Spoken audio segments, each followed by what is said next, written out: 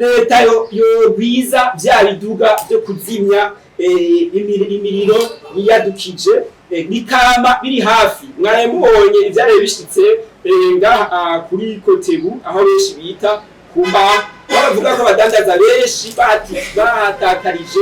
Leta iherutse gushikiriza ko iryo shirahamwe ridafise uburyo bukwiye bwo gusanura iryo soko. Ivyaciye intege abarundi batari bake, maze n'ishirahamwe Oricom ririmwo kuko ryahavuye ryibaza ukuntu leta y'u Burundi ishobora guha isoko nk'iryo ishirahamwe ridafise itujuje ibikwiye kugira ngo rishobore kurangura imirimo ryajejwe.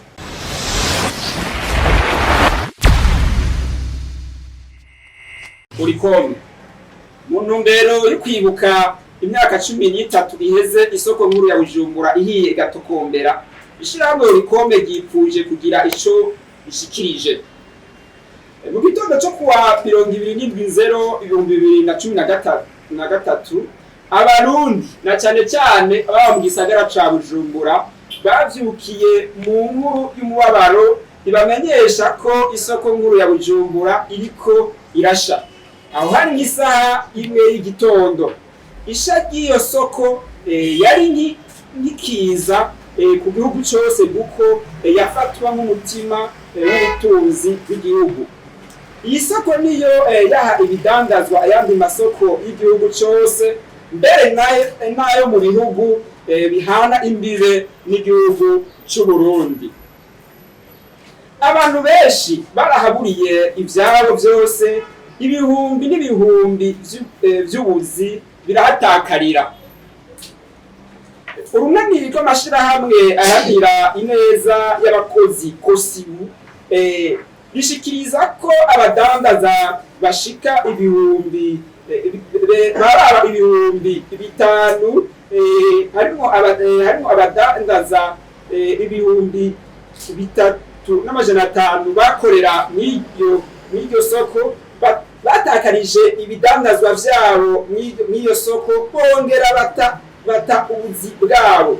Benshi muri bo bakaba barafashwe n'indwara zo mu mutwe, abandi basigara bifumbereje.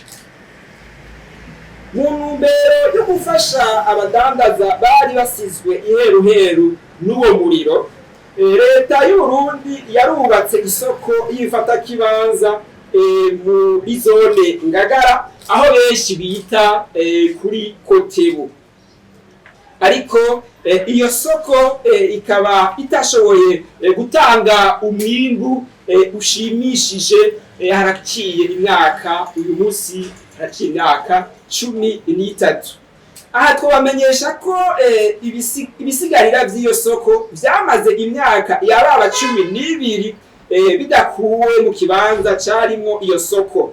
Ibisa n'agahoberabunwa ku gihugu kimaze imyaka irenga 60 cikukiye.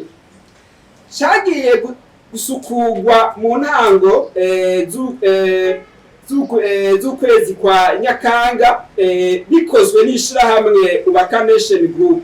Ibintu vyari bitangaje kubona ikibanza kiri hagati mu gisagara ca Bujumbura kimara imyaka nk'iyo kidasukuwe n'ingwirikizi zishobora gushikira abakorera imirimo yabo mu micungararo y'ico kibanza.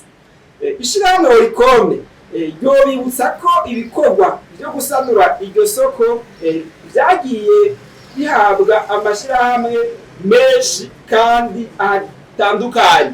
Aha twoshobora kugaruka kw'ishirahamwe bivugwa ko ryari iry'umugore w'umuambasaderi wo mu Bushinwa ryitwa Sino Africa Limited. Iryo rikaba ryari ryahawe ubwo bubasha mu mwaka wa 2014. Ishirahamwe Oricom rikaba ryaragize amatohoza atandukanye risanga vy'ukuri iryo shirahamwe ryari ishirahamwe ry'amanyanga. Irindi shirahamwe ryatwikiye ryari ishirahamwe ry'amabanki akorera ngaha mu gihugu cacu c'u Burundi ryitwa ABF. ayo mashyirahamwe yose abiri yahawe ico kibanza kugira ngo asubire kubakamo isoko nkuru ya Bujumbura ntiyashoboye kugira icyo akoze. Ishirahamwe Oricome rero rikibaza igituma amashirahamwe atandukanye yarahawe ico kibanza ngo ashobore kubisubiramwo ashobake, ariko ayo mashirahamwe ntagire ico ashobora gukora. Muri Nyandagaro 2024 ishirahamwe Ubakandation Group yaragiranye amasezerano na leta y'u Burundi biciye mu bushikiranganji bw'inyubako yo gusubiramwo iryo soko, mbere n'ibikorwa byo gusukura ikibanza carimwo isoko ya mbere bikaba vyaranguwe. Leta iherutse gushikiriza ko iryo shirahamwe ridafise uburyo bukwiye bwo gusanura iryo soko, ivyaciye intege abarundi batari bake, maze n'ishirahamwe Oricome ririmwo kuko ryahavuye ryibaza ukuntu leta y'u Burundi ishobora guha isoko nk'iryo ishirahamwe ridafise itujuje ibikwiye kugira ngo rishobore kurangura imirimo ryajejwe. Umuhinga mu vy'ubutunzi nyakwigendera Bihute Donatien amenyesha ko isoko nkuru ya Bujumbura yaterera mu butunzi bwose bw'igihugu ku mwaka ibice 20% bimwe byita PIB by'ubutunzi bwose bw'igihugu ku mwaka. Mu kurangiza ishirahamwe Oricome rirafise inyota yo kumenya igituma atamatohoza y'ubutungane yabaye ngo ashire ahabona icatumye isoko nkuru ya Bujumbura isha, mbere n'ayandi mashirahamwe atandukanye yo mu gihugu cyose yaciye akurikira. Mu gihe ubutungane budakoze ku vyaha bikomeye nk'ivyo, abanyagihugu bazokwama mu rujijo no kubura ico bafata n'ico bareka, igiheza bikajana no guta icizere ku nzego. Ku bw'ivyo vyose ishirahamwe Oricome risaba ibi bikurikira: ubwa mbere gushinga ikigega cyo kugarukira kubagizweho ingaruka mbi n'ibiza. Ubwa kabiri nuko amashirahamwe amasoko yose yo mu Burundi yoshigwa mu mashirahamwe y'ubwishingizi, bimwe bita mu Gifaransa les maisons d'assurance, hanyuma bagahimiriza abadandaza bose kuja muri ayo mashirahamwe. Hanyuma ikindi ishirahamwe Oricome risaba nuko leta yogwiza vya biduga byo kuzimya imiriro yiyadukije bikama biri hafi. Mwaraye mubonye ivyaraye bishitse ngaha kuri Kotebu, aho benshi bita kumba, baravuga ko abadandaza benshi bahatakarije ibintu vyabo, bimaze bakavuga yuko amafaranga angana n'umuriyaridi yoba yaraye atikiye. Ubwo rukaba ari uruhombo rukomeye cyane ku gihugu cy'u Burundi, musanzwe muzi yuko gifise ibibazo by'ubutunzi. Ikindi nuko hobaho hoshigwaho umugwi w'ubuhinga wigenga wo kwiga ibijanye no kurwanya imiriro yiyadukiza mu Burundi, na cyane cyane mu masoko. Ikindi nuko hojaho umugwi wigenga wo kwiga ibijanye n'inkurikizi zabaye ku bijanye ku muriro wahitanye ibintu byinshi mu isoko nkuru ya Bujumbura, n'icokorerwa ababuriye ibintu byabo n'iyo soko. Mwumvise yuko bari mu gahinda katagira uko kavugwa. Ikindi nuko leta yo agaciro umwuga w'ubudandaji, kuko byarabonetse yuko leta yari muri ico gihe inzego zariho muri ico gihe by'ukuri zikitayeho cyane ikibazo cisha gisoko burya Bujumbura. Wumva n'uyuko les victimes abantu bari bafisemwo ibintu ngaho gushika uno munsi atakira abakorerwa. Ikindi nuko leta yo kwihutisha ibikorwa byo gusubiramwo irya soko. Je ndagomba tugaruke ngaha ku bintu bikomeye cyane by'ukuri kuba imyaka 13 Uburundi Uburundi bumaze imyaka 13 buhomba 20% y'itunga rusangi n'akamaramaza kuvuga yuko by'ukuri abarundi tutabeshanye baba barataye cyane ugukunda igihugu kwabo kwaragabanutse cyane n'ibyo bariko n'ibyo turiko tubarondera ngo tuteze imbere igihugu tutazi ibyo ari byo kuko iki gisagara iki kibanza kiri hagati mu gisagara cya Bujumbura cyo dufasha cyane kuduza ubutunzi na cyane mu gukwega ba mukerarugendo. Ikindi nuko abahoze muri soko nkuru ya Bujumbura boba mu bambere baronkamwo imitahe. Ikindi nuko ababuri ibintu mw'isoko nkuru mu cyahoze ari isoko nkuru ya Bujumbura boba abambere mu baronka ibibanza mu gihe iryo soko ryosubirwamo ryosubira kubakwa. Turazi yuko muri iki gihugu cyacu cy'u Burundi abarundi bakunda kwikunda aho gushira imbere ingingo n'ubutungane kuri wose. Ikindi nuko twosaba yuko umugwi wakurikirana inyungu z'abajya badandaza bakora imirimo yabo mu isoko nkuru ya Bujumbura bobandanya begera inzego mu ntumbero yo guharanira yuko abari bafise ibintu muri irya soko boba mu bambere bagira uruhara mu yubakwa ryayo. Rero banyakubahwa bamenyesha amakuru namwe mwese mwari mwitavye kino kiganiro turabakengurukiye kuba mwashoboye kwitaba ibisango no kuba mwashoboye gukumviriza.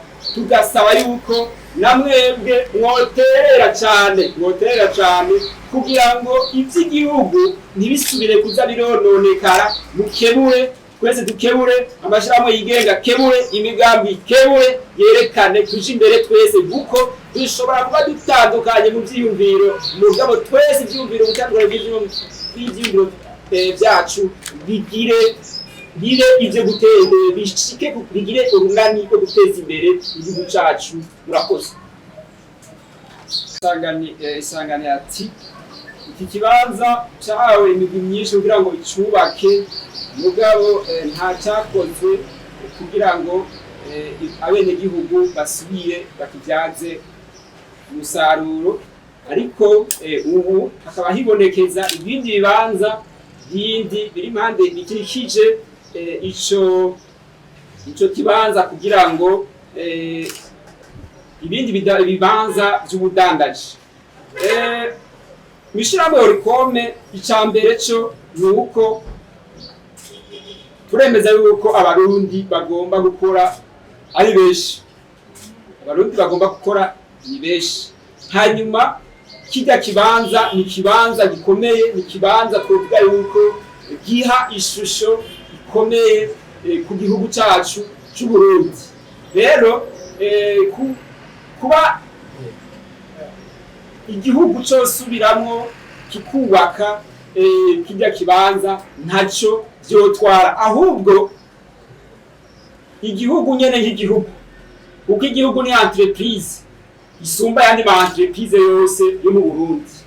Nico gituma nishirahamwe Orikome tuvuga yuko ico kibanza umuntu ahabwa kijya kibanza kugira ngo agisubiremo ntabe umuntu uwo ari we wese.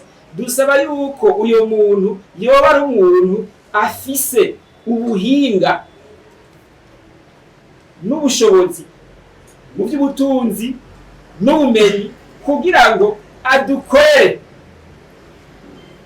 adukorere ikibanza, adukorere isoko ry'akarorero bizonatuma ibindi bibanza byubatswe impande bibura abakiriya kubera ko leta yishirahamwe nyamukuru entreprise itwarandi ma entreprise yagize ikintu gikomeye kandi amatwa asumira nivyo muri leta bipfuza ariko aho tugaruka nuko tubona bidahabwa abantu bafise ubushobozi tukibaza ahubwo yuko mu vyatumye bijya kibanza kidindira harimwo abafise ubushobozi bwo gutanga izo mpusha ku bantu batandukanye cyangwa bari bafise mu nshingano zabo kuja kurondera abafise ubushobozi bwo kubaka kijya kibanza bariko barashira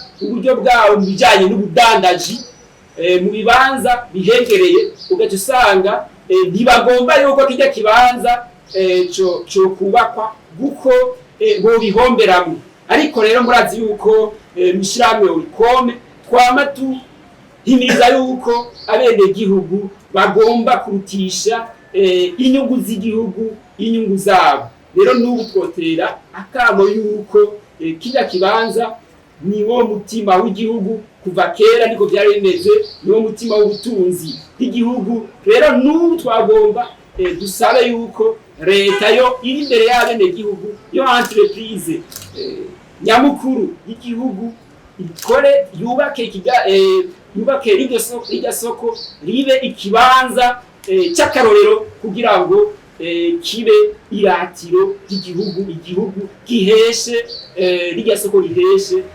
iteka ry'igihugu kuko birababaje kuba hagati mu gisagara harimo umusaka burya murakoze bakaneshe leta igiye kuvuga ko Wakaneshe ni group idafise ubushobozi bwo kubaka kijya kibanza kandi abene gihugu bari baramaze gushiramwo mutari aho rero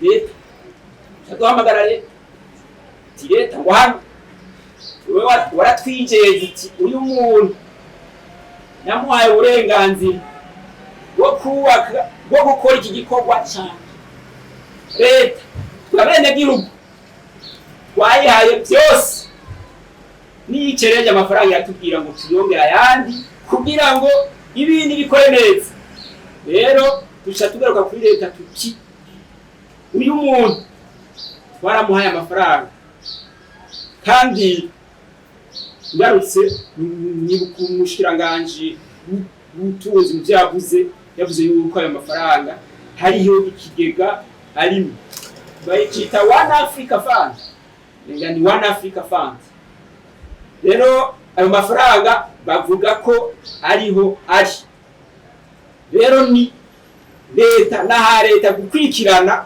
ayo mafaranga ahari hanyuma inyungu z'umwene gihugu zubahirizwe ikindi nuko jewe aho mberereye aho ngendera aho tuganira mu by'ukuri abantu benshi baratanze amafaranga mugabo badasiguriye badatahura ajya amafaranga cyagiye gukora n'ivyo bazoronkamwo mu gihe kijya kibanza cyo tunganye naha leta yo kugaruka kuko Ubakaneshe ni group ni nka Orikome ni nk'ayandi mashiramwe yose ari sous l'autorité